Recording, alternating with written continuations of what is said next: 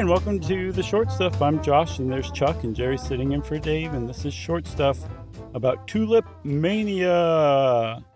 That's right. Tulipmania was perhaps the first financial bubble to happen and then burst. And we should probably talk a little bit about what an economic bubble is, don't you think? Yeah. It's where the price of a good or an asset or something like that, let's just say item, Sure. goes sky high, way, way, way beyond any reasonable value that it should have. And that's because of exuberant trading. And the more exuberant the trading is, the more people get sucked in by it. And they want to make some money too. So more people start investing and the prices keep going higher and higher and higher. That's the first part of the bubble. There's another less happy side of the bubble too. That's right. Because as anyone who's ever been to a bubble rave or played bubbles with your kids or just adult friends who enjoy bubbling, that bubble's going to burst. They all will eventually. And that's what happens with an economic bubble, too. The price will drop, usually pretty quickly. And a lot of people start selling off very quickly. And those who get out early enough can usually avoid it. But every single time, someone is going to be left holding that asset that is all of a sudden not worth much of anything. And a lot of times, people have invested their entire life savings in this stuff. A lot of times, they bought this stuff on credit. And all of a sudden, this thing isn't worth that much money, and they're in real financial trouble. Yeah, it's a bad scene. Yeah.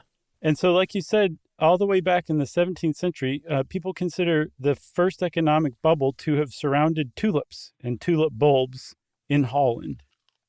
That's right. And when you said Tulipmania, that's really what it was called. You weren't just being cheeky. No, that's what it's referred to, I'm sure, among economists, among historians, among the Dutch, among podcasters. It's called Tulipmania. That wasn't just me being funny. So a little bit about tulips, native to places like Kazakhstan and Eastern Europe and the Himalayas.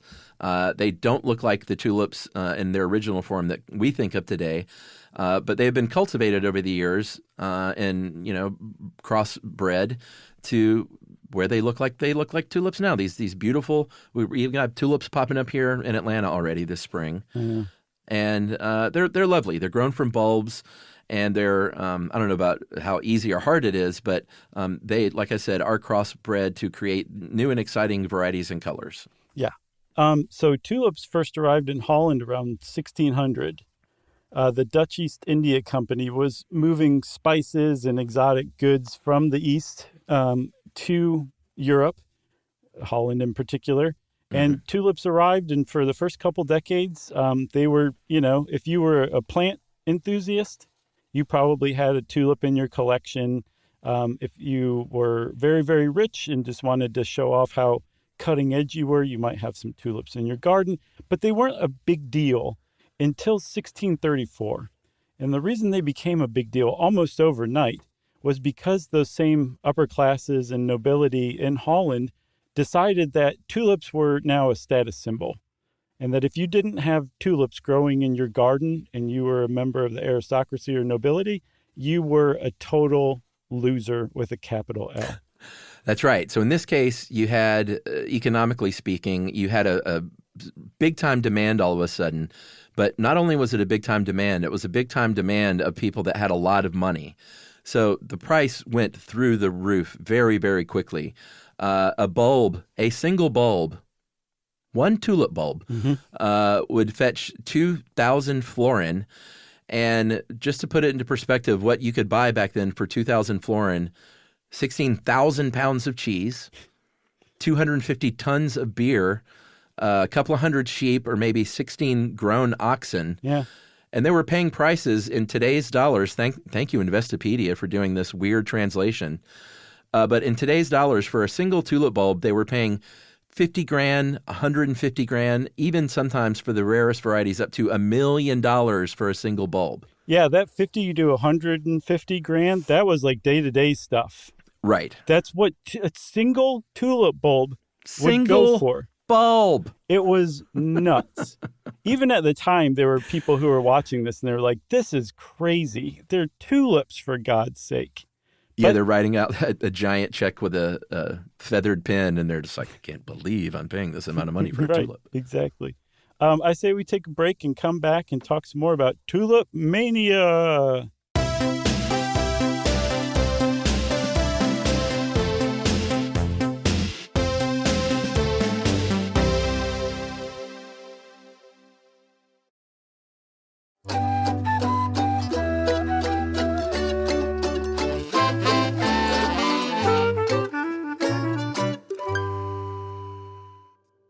Okay, Chuck, so we were just talking about how crazy expensive a single tulip bulb was in Holland in the 1630s. Single tulip bulbs. Right.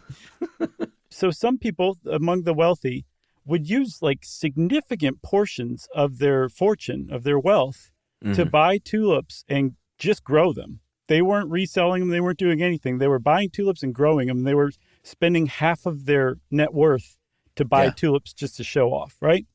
Yeah. At some point, people started saying, like, I think that if I start buying tulips and then selling them for a higher price, I could really make some money. And as a matter of fact, I can start speculating where I will go into futures contracts with people and say, hey, I'll sell you X number of tulips in 3 weeks for X number of dollars because I'm betting that the price is going to go down, but you're betting that the price is going to go up. Let's see who wins. And speculation is one of the main drivers, essentially, of an economic bubble. Like, it's crazy that the single bulbs were going for that, but once people started speculating and creating, like, instruments and futures contracts based on that crazy high price, that's when it really started to get troublesome. Yeah, for sure. They were actually sold on the Dutch Stock Exchange. And these were, some wealthy investors, but everybody got in on the gang. Like, the gang? The game. Just regular middle working class people, even like people of the lower classes, they started cashing in everything they could, selling their houses in some cases, selling the tools of their trade that they were previously making money on to invest in these tulips. And, what's going to happen is that eventually is going to burst. And it did so less than 2 years after this frenzied investment stuff started in 1636. Yeah. The bubble burst because some people, like we said earlier, that there were some people who were like, this is crazy. And even some speculators and people who were invested in tulips were like, this is not going to last much longer. I'm going to get out. And as more people started to decide to get out, you can trigger a panic. And if you trigger a panic, all of a sudden the bubble bursts and the price just drops precipitously. And that's what happened with the Tulipmania bubble.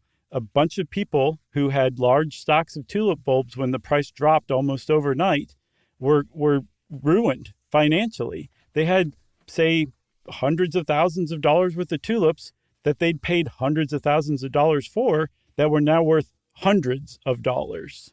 And it was a bad jam for anybody who was caught with tulip bulbs when the bubble burst.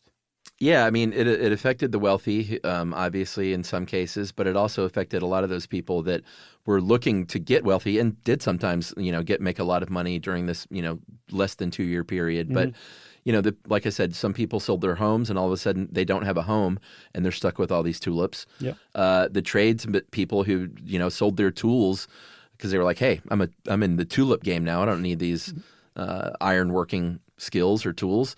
All of a sudden they couldn't even go back to that trade because they didn't have the stuff they needed to do it. And the people who bought those future contracts were the people that were really, really in trouble, right?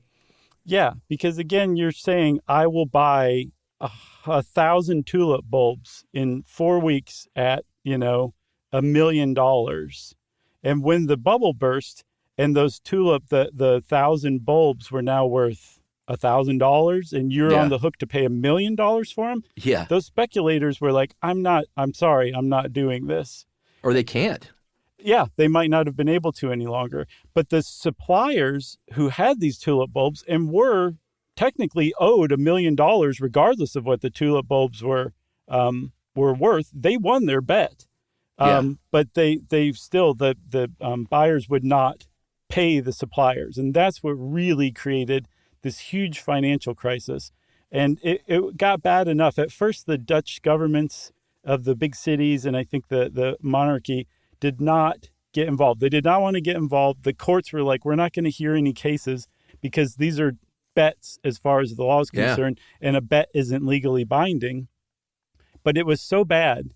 The Dutch economy was in such tatters because so many people had gotten into tulips, Chuck, that they just, like you said, tradespeople just sold their tools, people sold their houses. The regular economy that was built on that kind of work and stuff like that, it sagged. It was unmaintained during this tulip mania. So it was a big problem that the Dutch had. So finally, some of the higher-ups got involved and tried to figure this out. Well, they tried to, not to much effect, but the courts finally said, all right, we have to do something here. So why don't we work out a deal where the traders pay 10% of the contract's face value? But nobody was happy with that because the suppliers were still losing tons of money. Mm-hmm. The buyers still were in bad shape because the value of those tulips just, plummeted. Yeah. And 10% of a future contract was a lot more than they were worth now. Mm-hmm. And so, nobody really won in the end. And it wrecked the Dutch economy for, it took a couple of decades to sort of naturally heal itself back to where it was. Yeah, that's what the Dutch government ultimately decided to do is nothing. And it just had to mend itself naturally as people got back to work and people sold their tulip bulbs for way less. But they did sell their tulip bulbs because the Dutch were still and are still kind of crazy for tulips. Oh, yeah. I read that they still pay higher prices than other countries for tulip bulbs because people just know that the Dutch are crazy for tulips and they'll pay it.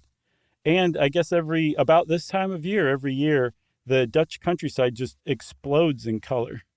Yeah, it's gorgeous. And I can also recommend a classic Conan O'Brien bit when he used to go on location and do remote stuff. Mm-hmm. He has a very, very funny one from, I believe, his first iteration of his show, mm-hmm. where he and Andy went to Amsterdam and went out with a camera to the tulip farms and the tulip markets. And it was very, very funny. I'm sure you can still find it. Thanks, man. Thanks for the recommendation.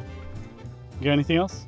I have no other recommendations other than plant tulip bulbs. They're gorgeous. Yeah, and beware economic bubbles. Yeah, that too. Short Stuff is out. Stuff You Should Know is a production of iHeartRadio. For more podcasts from iHeartRadio, visit the iHeartRadio app, Apple Podcasts, or wherever you listen to your favorite shows.